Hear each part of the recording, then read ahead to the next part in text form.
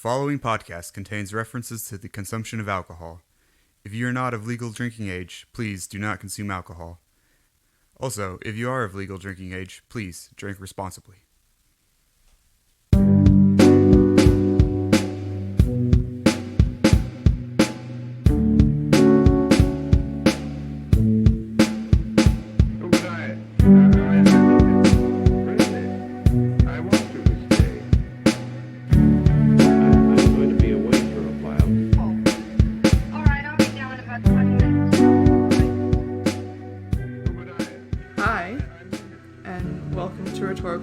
Cocktail Hour. My name is Ryan, and my favorite cult classic, I think, is Practical Magic, starring Sandra Bullock and Nicole Kidman. And I'm Matthew, and my favorite cult classic is gotta be, you know it, you love it, Napoleon Dynamite. Yeah, yours is definitely a cult classic. It definitely had a cult following. The classic part seems weird because it came out while I was alive. And classic seems like something like pre-1950. We still need to have that might be a fun podcast episode where we duke it out on if Napoleon Dynamite is a good movie or not. I thought you were going to say a good podcast. It's like, I don't want to do another one just about Napoleon Dynamite. But, no, I mean, if we have to. A limited run podcast. Oh, man. That'd be fun. Anyway, we're not talking about Napoleon Dynamite today. This is a podcast where we like to sit down, have a drink, and try to be succinct about various topics. Mm-hmm. Matthew, what are you drinking today? That's a big question. I mean, what is drinking? What is today? I'll tell you what today is. It's Shandy Boy Summer, and I'm drinking a Shandy. Joke's on you. I'm not going to get existential. I'm drinking a Shandy. What are you having, Ryan? You can't get existential when you're on the island time. Yes, exactly. What are you sipping on? I'm not drinking a Shandy this week. I hate to see forgot we were recording, and when I bought groceries, I didn't buy more Shandy. Hate to see it. So, I'm drinking a rum and coke because I never learned my lesson. Ooh. It does have a little bit of lime in there. Ooh, so spritzing it up a little. I tried to summer it up a little bit, have a little fun with it. I am also, it should be noted, I am drinking out of the mixer glass. I was about to say, I see cocktail names on that glass. There's a lot.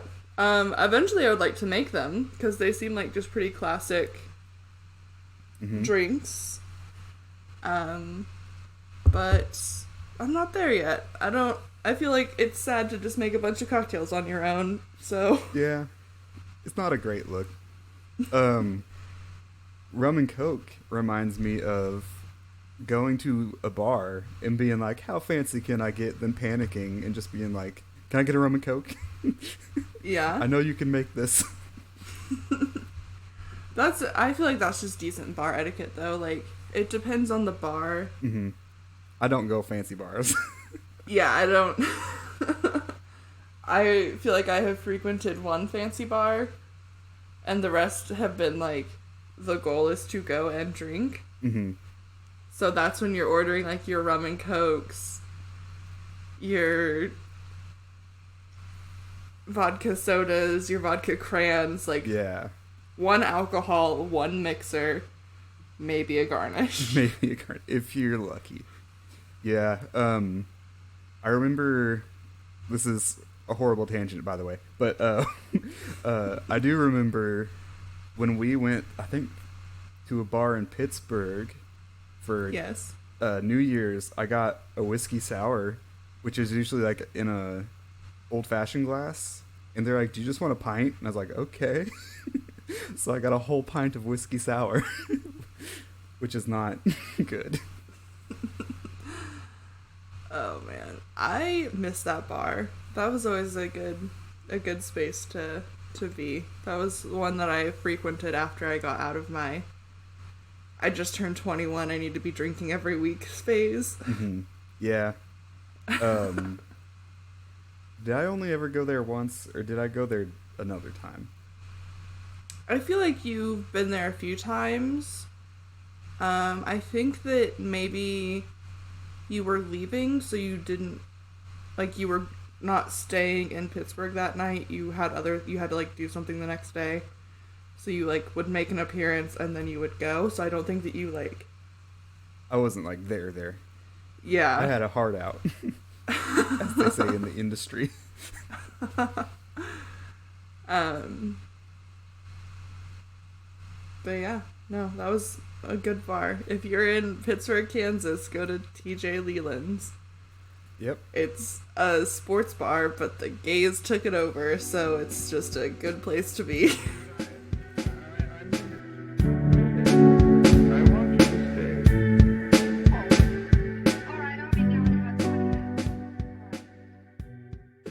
We're not talking about bars in Pittsburgh, Kansas. We're talking about Midsummer, the 2019 movie. I recently watched it and then was like, Matthew, I also need you to watch this. And I did. And then we're going to talk about it. And it's good. Yeah.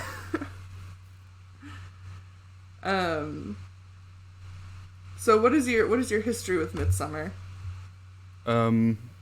So around the time it came out, I heard of it, and I was like, gonna put that in the brain as a movie I would like to watch at some point.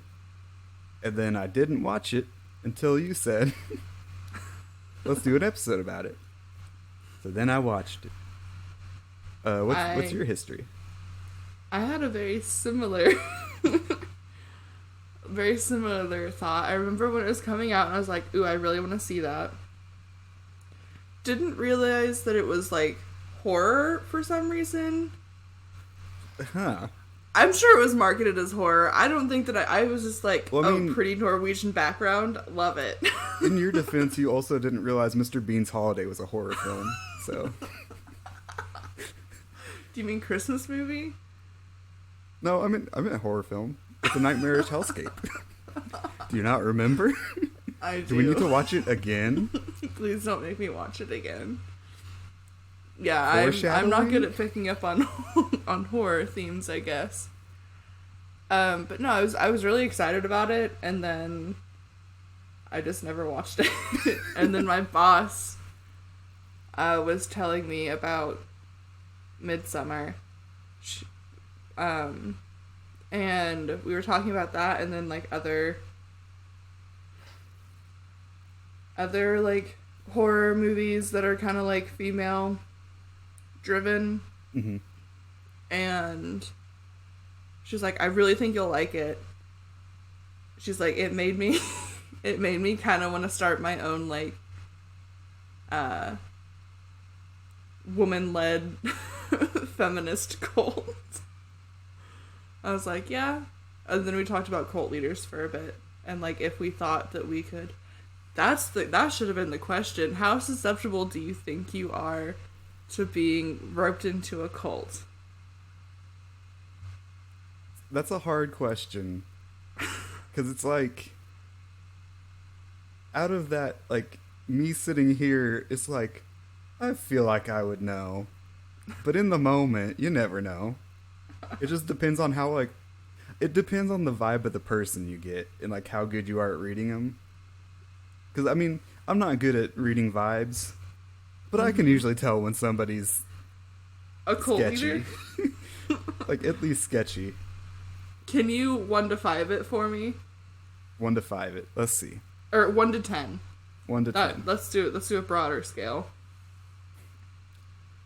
So 1 being not and 10 being yes? Yeah, 1 being like you could tell instantly and you tell them to just like F off, I'm not joining your weird cult. And 10 being like, oh shit, it's 3 years in and I am just now realizing this is a cult and I cannot escape. I would say, and this might be a cop-out, but I would say I'm probably a 5. Because, I mean, when you're in a cult, they make you do weird things, and I feel like I would, unless I was in, like, a weird, like, state of mind, I feel like I would pick up on the red flags, like making you wake up really early in the morning and play volleyball in the middle of the night and like that sort of thing. Mm-hmm. There's like, I feel like I would get that red flag. I also think that I'm a 5, but kind of like a different train of thought. I think that I would like go in thinking like, I can't be indoctrinated. I'm too stalwart. My brain is too big for this. I'm working on my thesis. Spoilers for the movie. And then, like, 3 months in, they would, like, say something, and I would just be, like, instantly go to do it without thinking, and then I'd have a moment of clarity of, like, oh shit, I'm in. Like, I'm in it. I'm gonna die here. Mm-hmm. Yeah. Because, I mean, I feel like there's that moment where cults go from not like normal, but like almost benign, and then there's that moment where it goes like, oh, shit's getting real. Yeah, I've also been the person who has, and it's not a unique experience, but I have tried to convince other friends to join a commune with me. Mm-hmm. To create a commune, not join one that already exists, but to like create a commune and like just live off the land. I think ideologically it sounds idyllic, honestly. It sounds great. It sounds good until you put the people in it. And then that's when like power imbalances come to play, and that's just a dangerous game. Mm-hmm. Yeah. Also, I'm not super like religious or like spiritual, so I feel like that's a tick in the not gonna get got box. Yeah, I could see that. I don't know. I think that everybody is just like one really terrible week away from being roped into a cult. You almost quoted the Joker. Or wait, is that the Joker? It sounds like the Joker, but it probably is. It's probably that Joaquin Phoenix Joker. No, because he's talking to Batman. He says, "You're just one bad day away from being me." But now that I say that, I feel like it's a Marvel thing. But that doesn't matter right now because we're talking about Midsommar. Wait, can you give us a quick update on the Spider-Verse? So I think they have confirmed that Alfred Molina and Jamie Foxx are playing their original characters from their respective films. Okay. Zendaya is playing Michi. Oh, that's a get. That's a get. Just kidding, she's not. It's a joke. It's from the internet. Well, it's from a movie, but it's from the internet about the movie. But yeah, Sony's kind of doing their own thing, whether Marvel likes it or not, too. So I don't know. We'll see what happens. Thank you for the update. Yep. I'll make up a theme song for Spider-Verse Watch. I won't. What were we talking about? Cults. Cults. Yeah, I don't know. I think that there are circumstances in which that I would be roped into a cult, and I feel like that's kind of how they got Danny in the movie. By the way, we are talking about a movie that is only been out within the last couple years, so if you haven't seen it and you don't want spoilers, this is not the episode for you, bud. Mm-hmm. And also, if we forget to put this in the description, content warning for some stuff. Oh yeah, no, there is For like a lot. We'll get it in the description.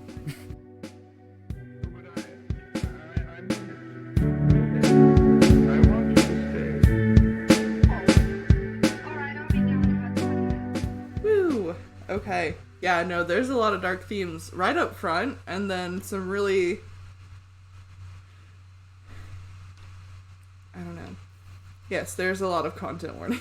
Yeah, there's a lot of content in this movie that needs warned about. There is. Do you want to do my favorite part? Which Sure. is make you remember what happens in the movie? Oh, I thought you meant your favorite part of the movie. No. So, okay. Give us that rundown, Matthew. I feel like this one's easy, though, because for an almost 3-hour movie, not a lot happens. So... Not a lot happens, but a lot happens. Yeah. So, the movie begins with Danny, played by Florence Pugh, and she is worried about her sister because her sister has sent her a weird cryptic email. Mm-hmm. And it turns out that her sister has committed a murder-suicide, killing her parents, and that happens. And then she talks to her shitty boyfriend who's doing his thesis about it, and he's like, well, I'm gonna go to Sweden. And she's like, oh, can I go too? And everybody's like, oh, sure, because they weren't gonna invite her because they're all except for the dicks. Swedish guy. Well, he wanted has her his to own go. motives. We'll get to him. So yeah, she goes to Sweden with Swedish guy, shitty boyfriend, Chidi from The Good Place, yeah, and that other guy from stuff I've seen, but I couldn't tell you what. The most recent thing, and I'm sure he's been in other things since then, is that Netflix Black Mirror Bandersnatch movie. That's not what I know him from. I know him from something, but I don't know what I know him from. He's the actor that kind of looks like a grown-up version of Sid from Toy Story. Yes. Was he in that movie? I thought you were going to ask if he was in Toy Story. No. Was he in Toy Story? Was he in that movie with, like, Jennifer Aniston, Emma Roberts, and Jason Sudeikis? Was that him? Was that him? Where they're pretending to be a family for some reason? Folks, this is unprecedented. This is an early edition of They're in That? Of They're in That? I'm checking. Okay. I will continue my synopsis. Thank you. So they go to Sweden for Swedish guys, like, commune's May Day festival. And then they do some May Day festivaling. They meet a Swedish guy's brother who has two friends from London. Beautiful city, never been. And it seems normal. And then there's a scene where two, like, of the elders of the commune, they get their hands cut, then they rub it on a stone, and then they jump off a cliff. And everybody's Yes. like, what the fuck is happening? Why are they Will doing Porter- this? The actor is Will Porter, and he is in We're the Millers. He does play that, like, Nailed it. awkward teen. Yeah, that scene was rough. I think up to then, like, there had been, like, suspense points, but nothing violent really happened on screen. Mm-hmm. It was very after the fact, and then managing that, and then that was just, like, right there in the moment. Yeah. So that happens. And the people who aren't from the commune kind of freak out. Naturally, I don't think that I would handle watching Yeah. two elderly folks jump off a cliff. Because it kind of goes rough for the guy, It to does. say the least. Yes. Um, That's actually one of my, like, I, like, had to pause the movie as soon as he was off screen for a second, and then, like, am I gonna finish this? mm-hmm. Is it just gonna be like this for the rest of the movie? Yeah. So. And it wasn't, but it reminded me of... There was a very distinct point in which I quit watching The Walking Dead. Mm-hmm. And, like, I think it was, like, early season 2. Mm-hmm. I was able to handle the zombies and, like, that kind of gore all day. But there was a point where one of the characters like tries to like jump off a building onto a dumpster and misses and like gets a fence post through his leg. Yeah. And that's where I drew the line for some reason. Like The that line was the overfill. right through that guy's leg. Mm-hmm. Yep. And then this also had a leg-based issue with the gentleman. Mm-hmm. And it was rough to watch. Yeah. So that happens. Yes. And then the people from London freak out and they disappear and they're told that they left. Mm-hmm. The people that stayed are told they left. And then Chidi wants to see their book for his thesis. And then he takes pictures without them asking, and then he disappears. And then, actually, I think the kid from Where the Millers disappears first because he goes to hook up with a lady. He goes to hook up with a lady and he like pees on like a sacred tree. Like an absolute dickhead American. Did you watch the director's cut or did you watch the theatrical cut? I have no idea. Because I watched the theatrical cut and I don't remember that. And I know there's 2 cuts of the film. I watched whatever was available on Prime. Maybe that did happen, I just was not paying attention. That's fair. I entirely feel like there possible. were a couple, because it has kind of become like a comfort movie for me, which is a really weird thing to say about a horror film. Mm-hmm. But it's kind of become one that I just like put on in the background and go do other things, because it's not like a screamy yelling in your face, and for most of the movie, if you're not looking and you just look up, it's like a really pretty, like the cinematography, gorge. Mm-hmm. But I feel like I watched it again to just like refamiliarize myself. And there's like a beginning bit, which at this point I don't remember, so this is kind of useless. But there's a beginning bit, like at the very beginning, I did not remember happening at all. So maybe Prime just shows you different movies every time to keep it funky fresh. That could be. Every time you watch it, it's a different film. It's slightly different. By like the 30th time you watch it, it's Shrek 2. The greatest film of our generation, or the pixels of our generation. Oh man, I don't feel comfortable equating this to Pixels or Shrek 2. Okay, but back to the synopsis. Yes. More Midsummer stuff happens. Then, I know I'm skipping a bunch of stuff. Mm-hmm. And then there's the May Queen circle thing. You have skipped like a pretty crucial like subplot. A thesis? Not the thesis. That just brings tension between Oh, Chidi and... oh.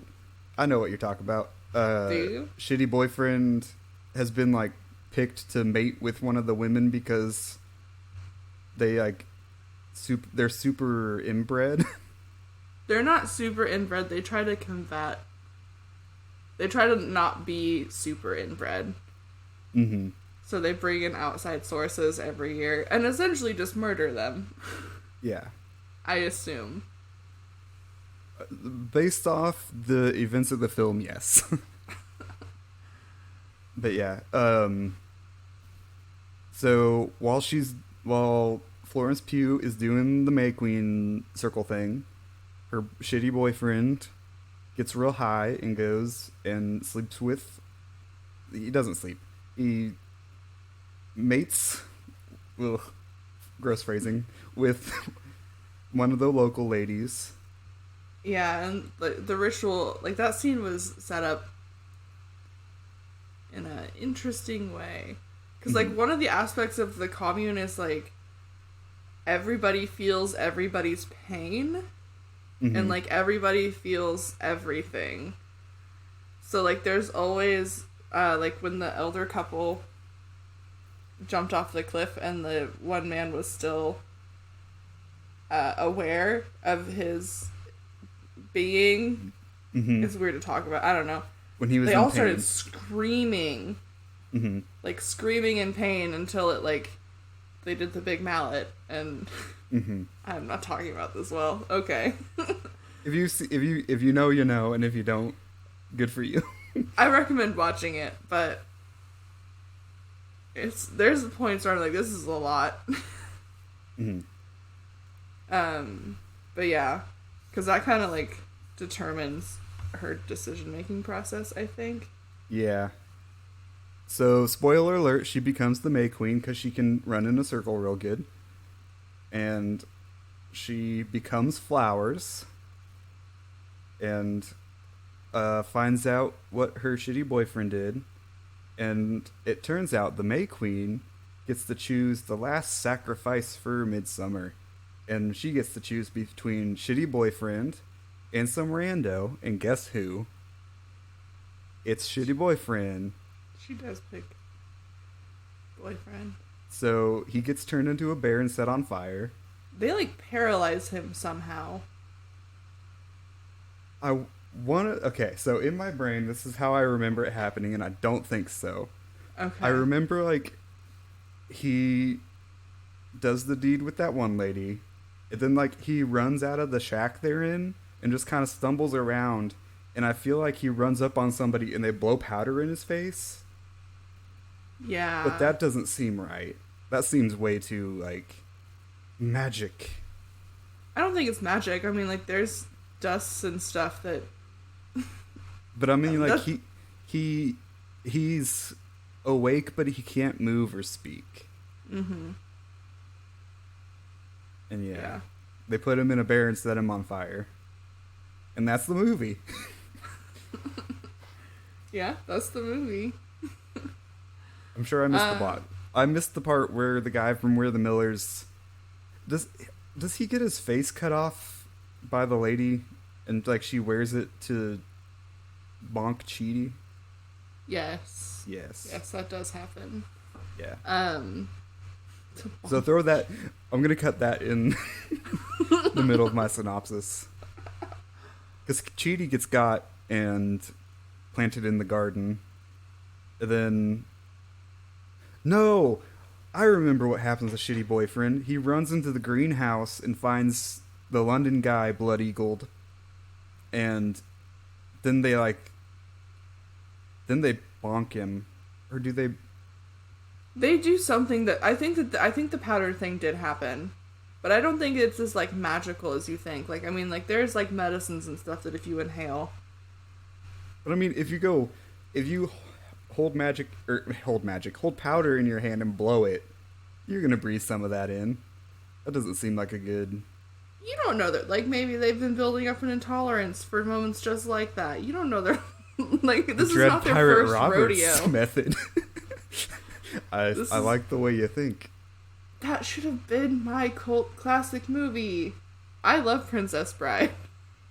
Do you want to record a quick redo of the No, intro? I feel like there's so much cut and paste in this one already. I feel bad. It's okay.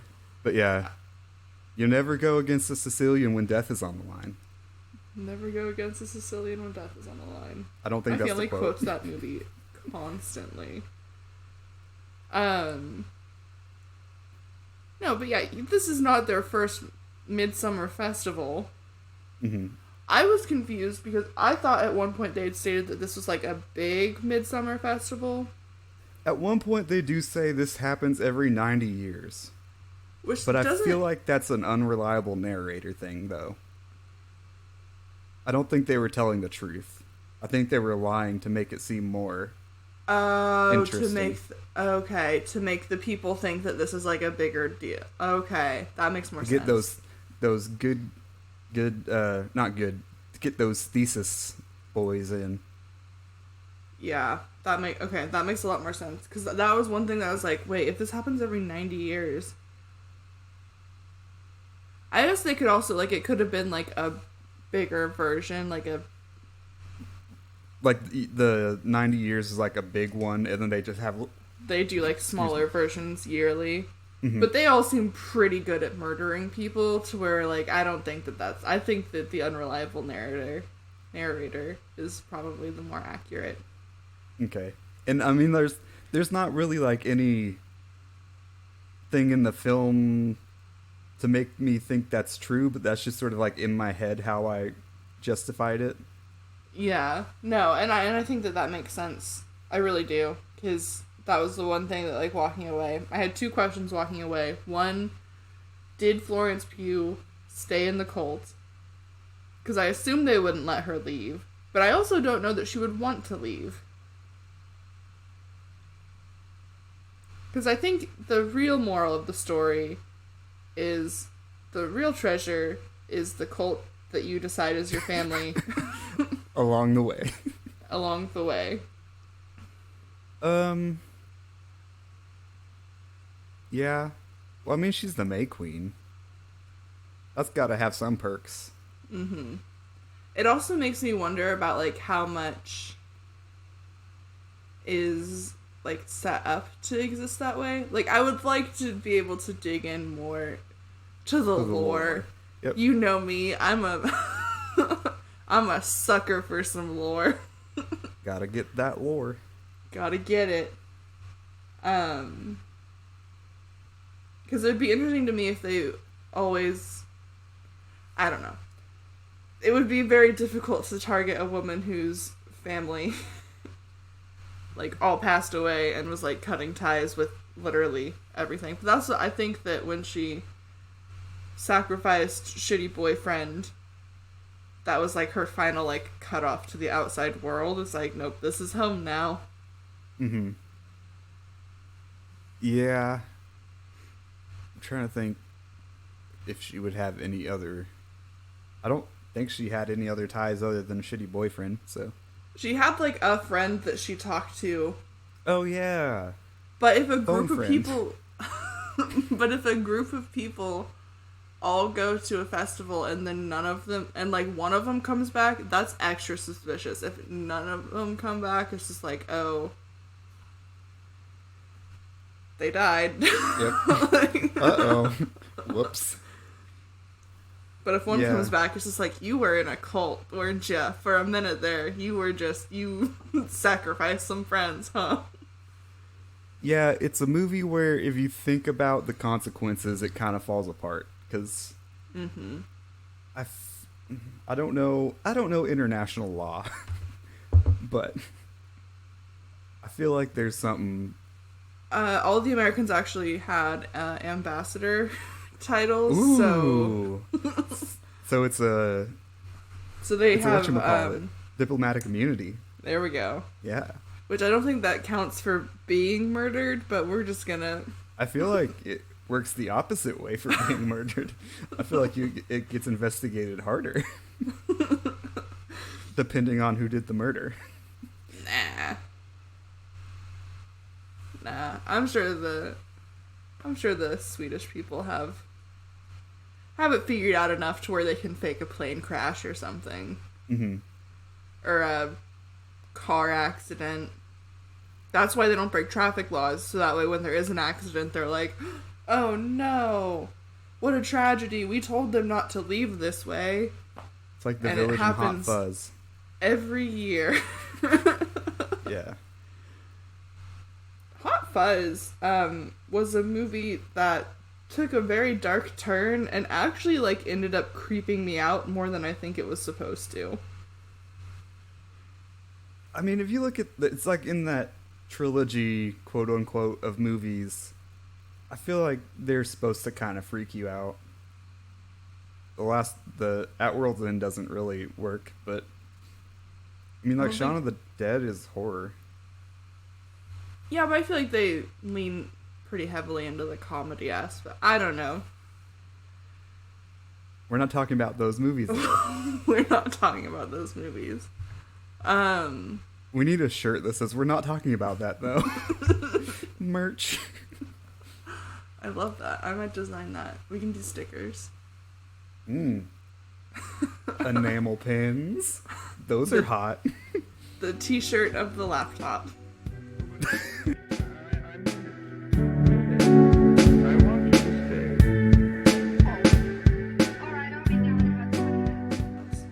Cinematography. Let's talk about the cinematography of the movie, because I loved it.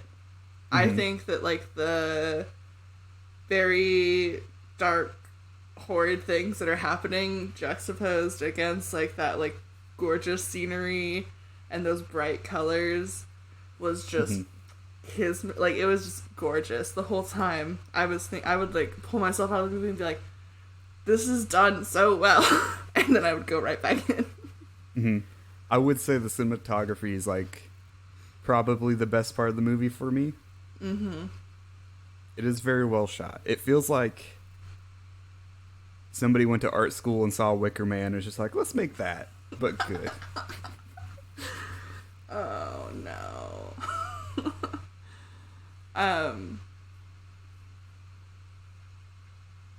Yeah, no, I absolutely love like watching it. I think that Oh, sorry. No, go for it. I was gonna ask, do you have a favorite shot of the film?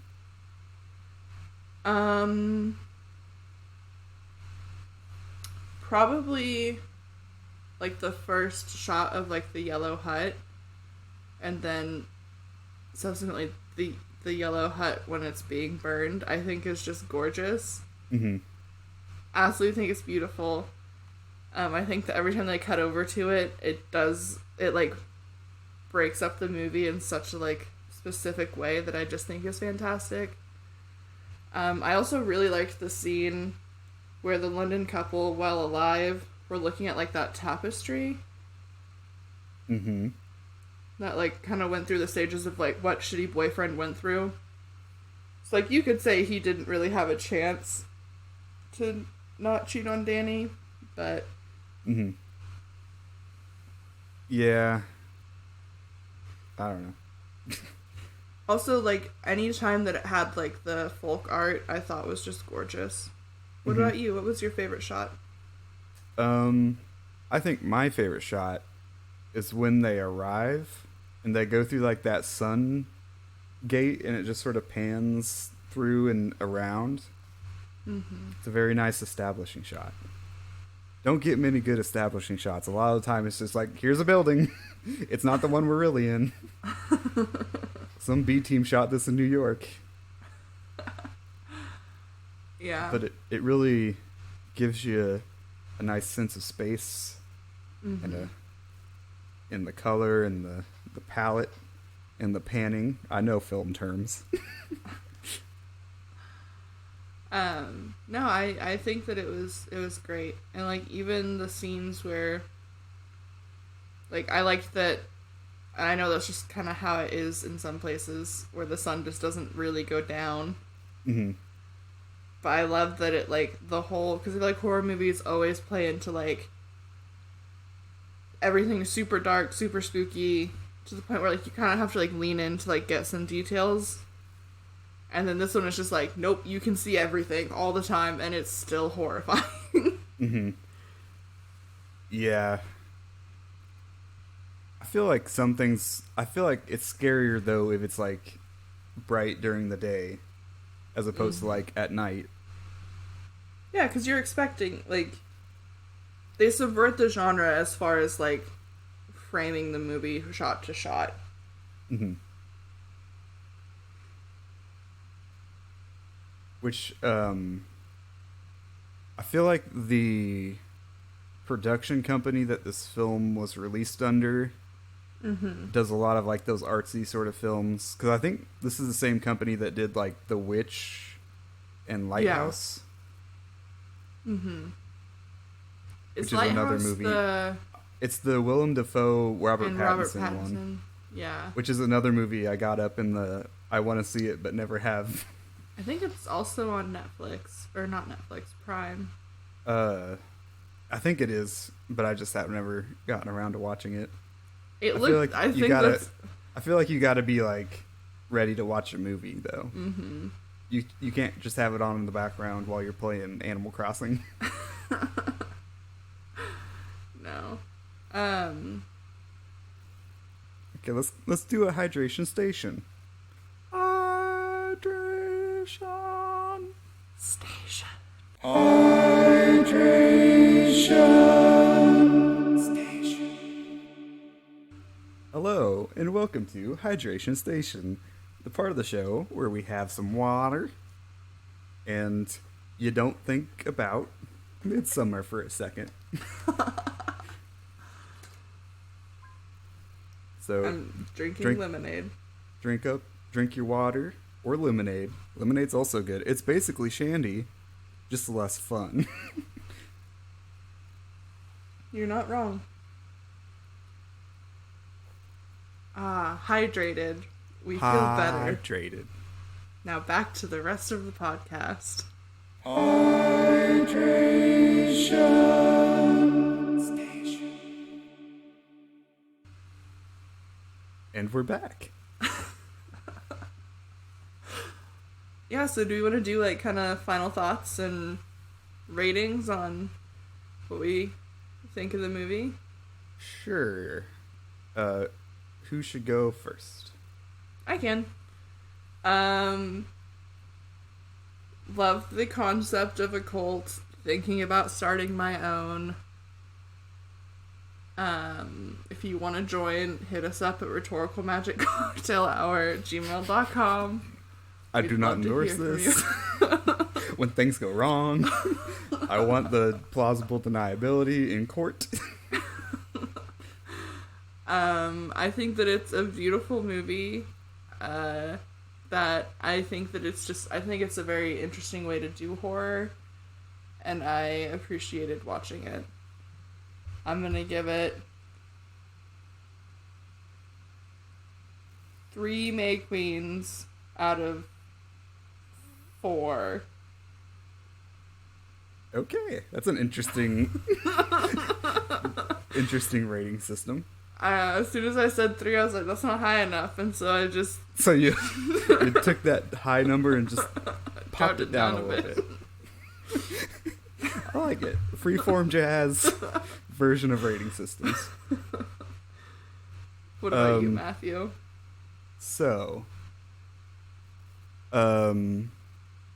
like you, I very much like the cinematography. I thought Florence Pugh's performance was, like, very good. I really could feel her emotion in what she was going through. Chidi was there. He was also fine. Everybody else was kind of to me, but I don't know. They weren't really the main characters of the movie, so it's fine. I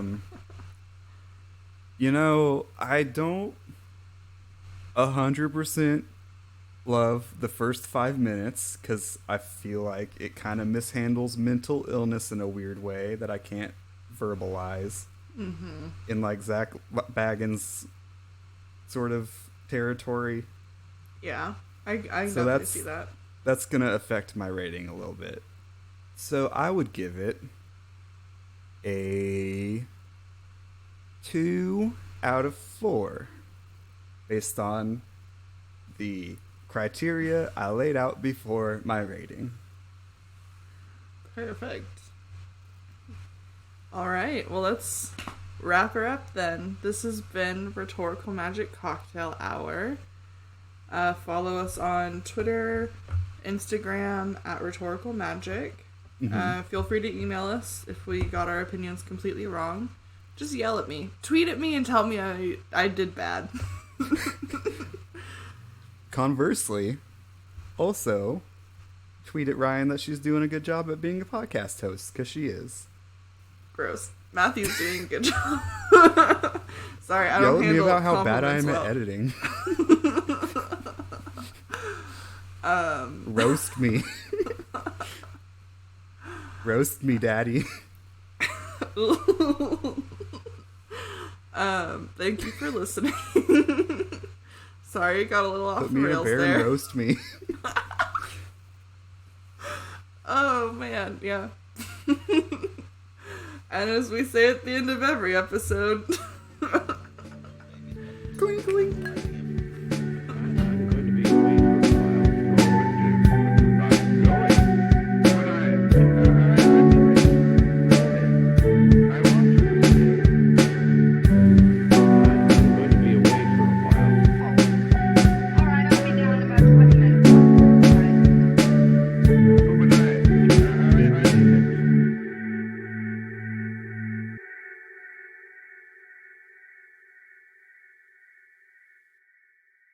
Are better because I kind of waited a second. They were much worse. Like, I had like a full clap and then you started. So I've got to clap first. So I'm number one. To quote Lazy Town. Is that Lazy Town? I have no idea. I never watched Lazy Town. I didn't either. I just kind of got it through like cultural osmosis. I think it's We're number one. I think it's that guy, Robbie Rotten, and a bunch of his clones singing about how great they are. Oh, I would have assumed that it was that little pink-headed girl and the No, because twisty the one show where the twisty mustache guy isn't the villain. what is his name? It's like Sporticus or something? Something dumb like that. Probably. Oh, man. Sportsman McGee Sport Boy. and Lava Girl. Yep. Yep.